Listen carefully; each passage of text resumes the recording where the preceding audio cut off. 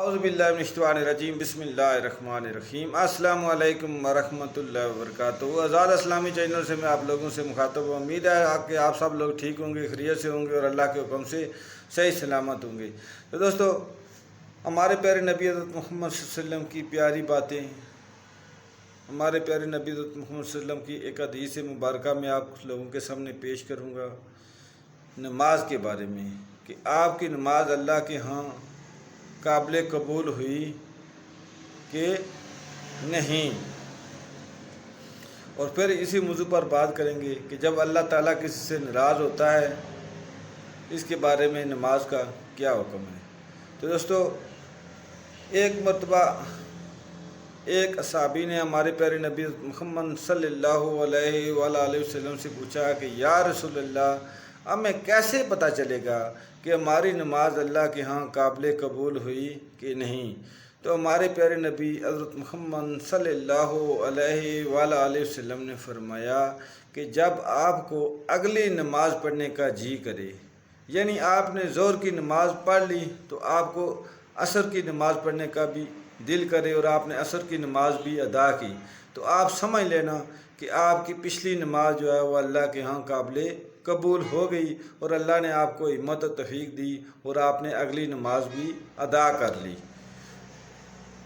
تو جو ہمارے پیارے نبی حضرت محمد صلی اللہ علیہ وسلم نے فرمایا، اصل میں حقیقت تو وہی ہوتی ہے۔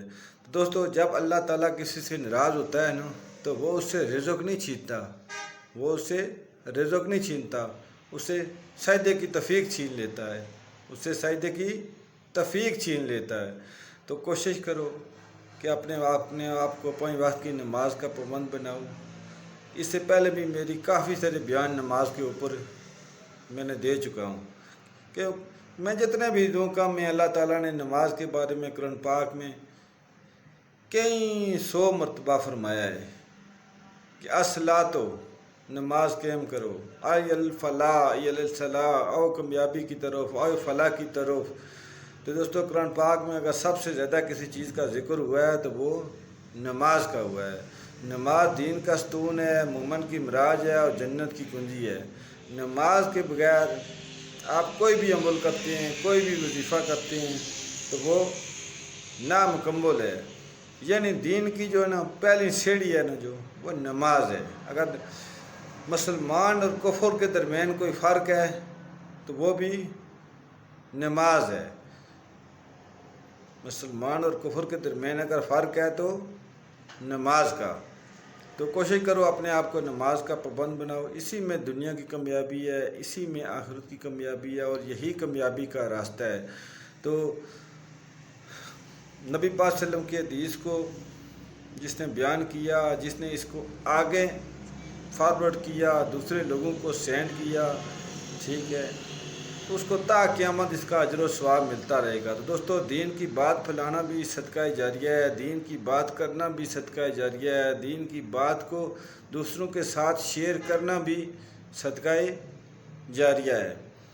تو دوستو، اللہ تعالیٰ نے قرآن پاک میں فرمایا ہے کہ جس نے بلائی کے کام میں، یعنی جس نے نیکی کے کام میں بڑھ چڑھ کر حصہ لیا، اس کو اتنا ہی زیادہ اجر و عظیم ثواب ملے گا، اور جس نے برائی کے کام میں کسی برے بندے کا ساتھ دیا، جتنا گناہ اس برے آدمی کو ہوگا اتنا ہی گناہ اس دوسرے کو بھی ہوگا جو اس کا ساتھ دے رہا ہے۔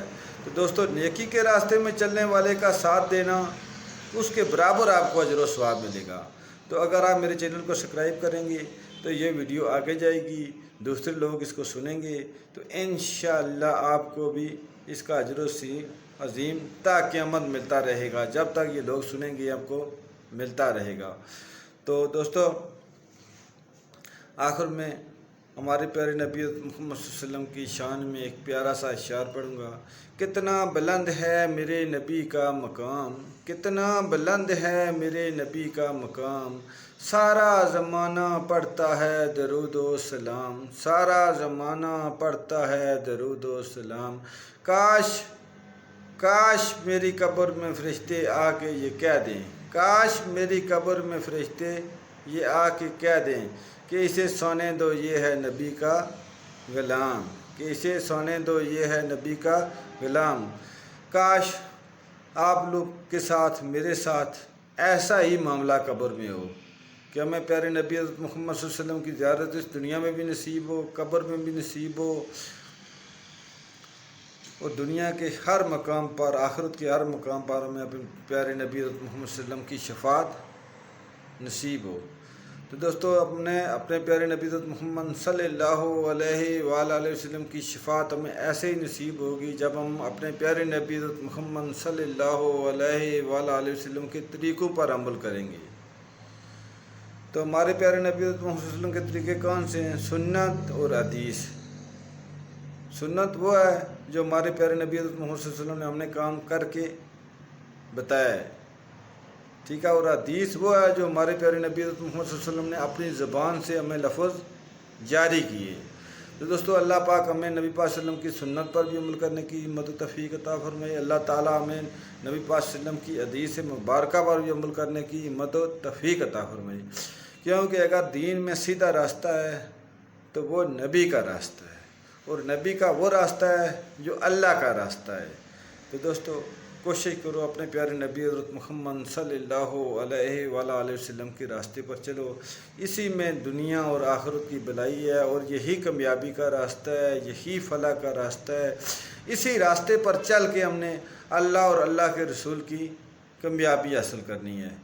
تو انشاءاللہ اگر ہم نے اللہ کے راستے پر چلنا شروع کر دیا تو اللہ کے راستے پر چلنے کے لیے سب سے پہلے ہمیں قرآن پاک کو سمجھنا ہوگا، تفصیل کے ساتھ پڑھنا ہوگا، ترجمے کے ساتھ پڑھنا ہوگا، حدیث کی کتابیں پڑھنی ہوگی، نبی پاک صلی اللہ علیہ وسلم کی سنت مبارکہ پر روشنی ڈالنی ہوگی، تب بھی ہم سیدھے راستے پر جا کے چلیں گے۔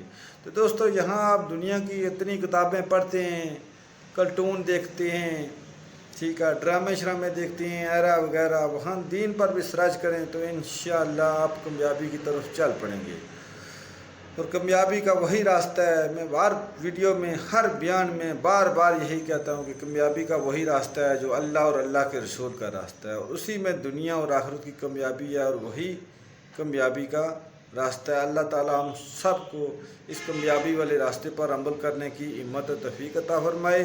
دعاؤں میں یاد رکھیے گا۔ اگر آپ کو میری بات پسند آئے تو چینل کو سبسکرائب کیجیے گا تاکہ نیکسٹ آنے والی ویڈیو آپ لوگوں کے پاس بآسانی طریقے سے پہنچ سکے۔ اللہ حافظ۔